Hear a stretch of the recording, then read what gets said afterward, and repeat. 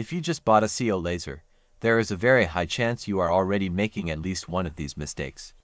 And don't worry, I made all of them, repeatedly, sometimes on expensive material, sometimes on customer projects. We don't talk about those. Today I'll show you 5 beginner mistakes that can absolutely ruin your cuts, your engravings, and your sanity. And yes, there's a bonus, one that literally steals power from your machine. Let's start with mistake number 1. Blindly trusting recommended settings. Everybody does this. You search online. Best settings for 3mm plywood CO laser. You find a chart, you copy the numbers. You press start, and you pray. So here I'm cutting a 30mm circle using my normal settings. Nice brown edge, clean cut, looks good.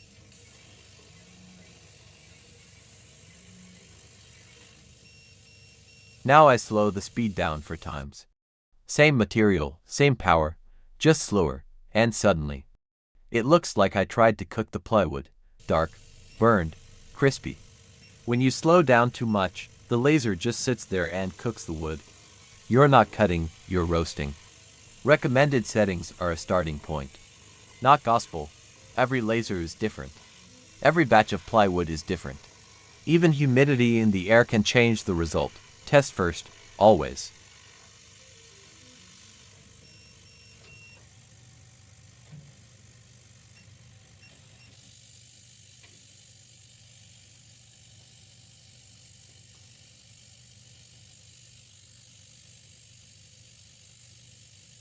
Mistake number 2: ignoring air assist, or turning it off for photos.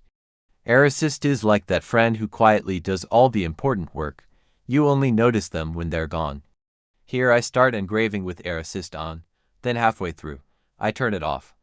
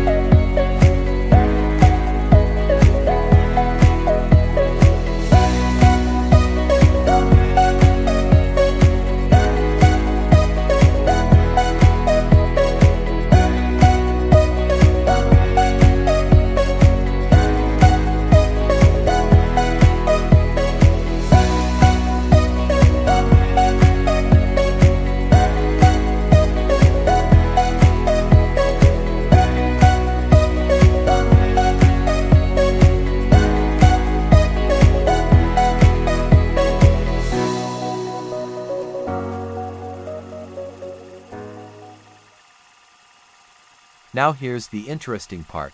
A lot of people think turning off air assist makes the engraving darker.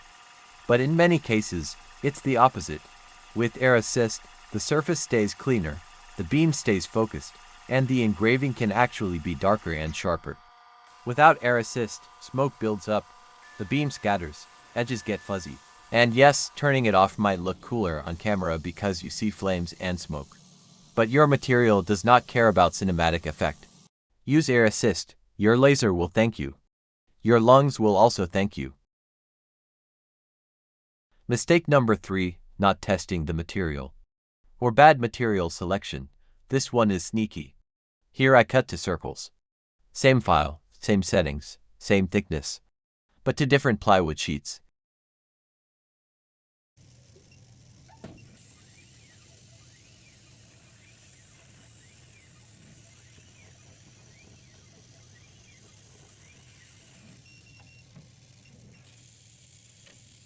One comes out beautiful and brown, the other dark, ugly, almost charred. Why? Interior plywood versus exterior plywood. Exterior plywood often uses moisture-resistant glue. That glue reacts very differently to laser energy.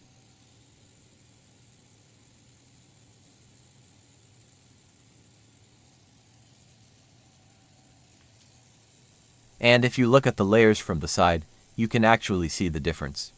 Different glue, different density, different reaction. Your laser settings are not universal. They are material specific, always test a small piece first.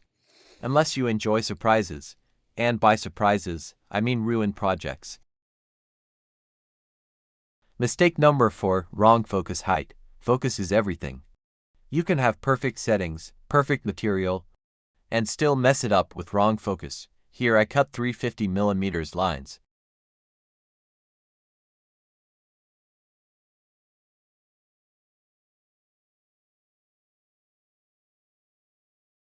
First one, correct distance, clean cut.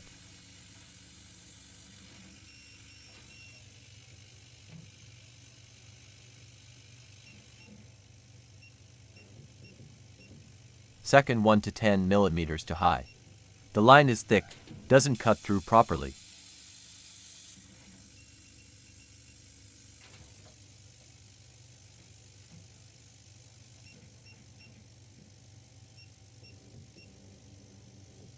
Third 1 to 1mm too low, still thick, still inefficient. Your laser beam has a focal point. That's where it's strongest and narrowest. If you're above or below that point, the beam spreads. You lose power density. Also, different lenses have different focal lengths. 2-inch lens, different sweet spot. 4-inch lens, different again. Every machine is slightly different. Find your exact focus height. Mark it, remember it, respect it. Mistake number 5, engraving too slow.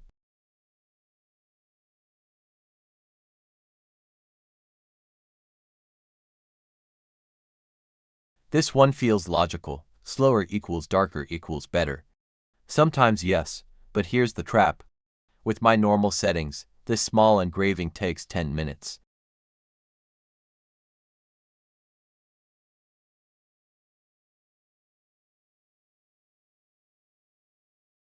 Now I cut the speed in half, 20 minutes.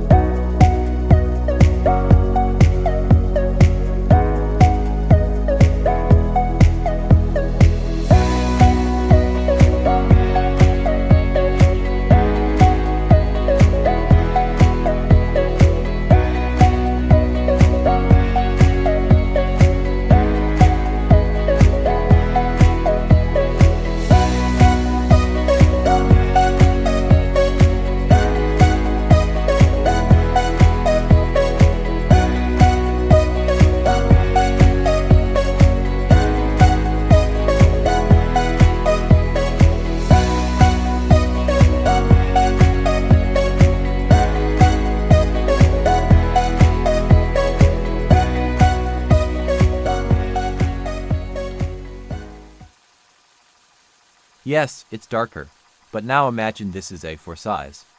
30 minutes becomes 60. That's not optimization, that's self-sabotage.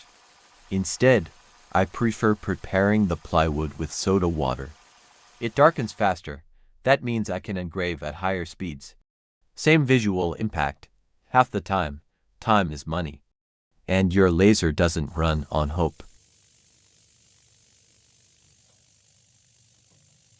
Bonus mistake, not cleaning the optics.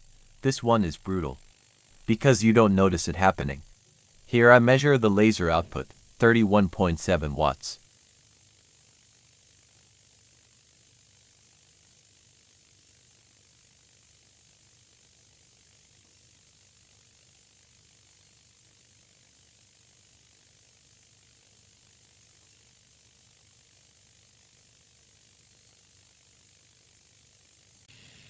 Now I clean the lens and mirrors with alcohol.